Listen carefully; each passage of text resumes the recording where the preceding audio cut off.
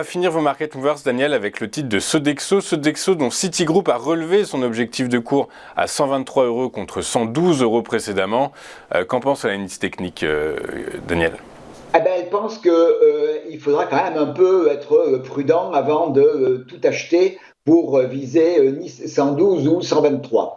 Pour l'instant, là je suis aussi en bougie quotidienne, on a un très beau mouvement haussier qui a démarré à la mi-mars avec un très gros gap entre 91,14 et il allait pratiquement jusqu'à 97 €, donc c'est quand même un gap de près de 8 ou 9%.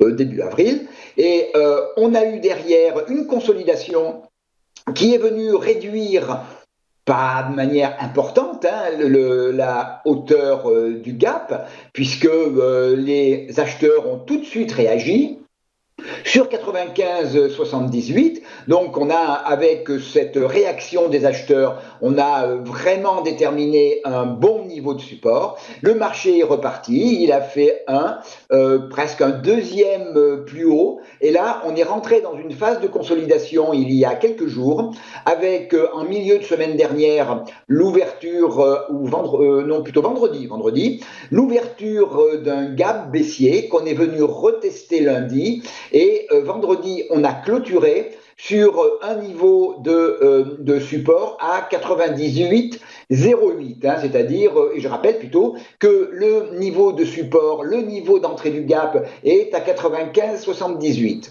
Alors, il y a deux éléments qui me font penser qu'on n'ira pas beaucoup plus loin dans la baisse. Le premier élément, c'est le RSI qui est en situation de survente.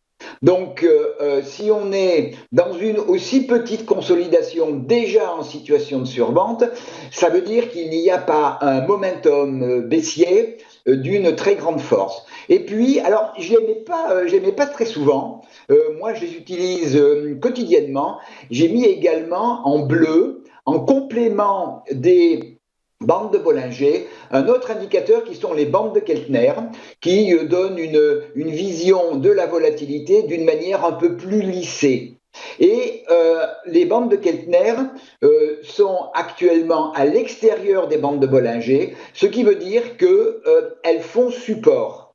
Et c'est généralement une sortie des bandes de Keltner indique plutôt la fin d'un mouvement que le début.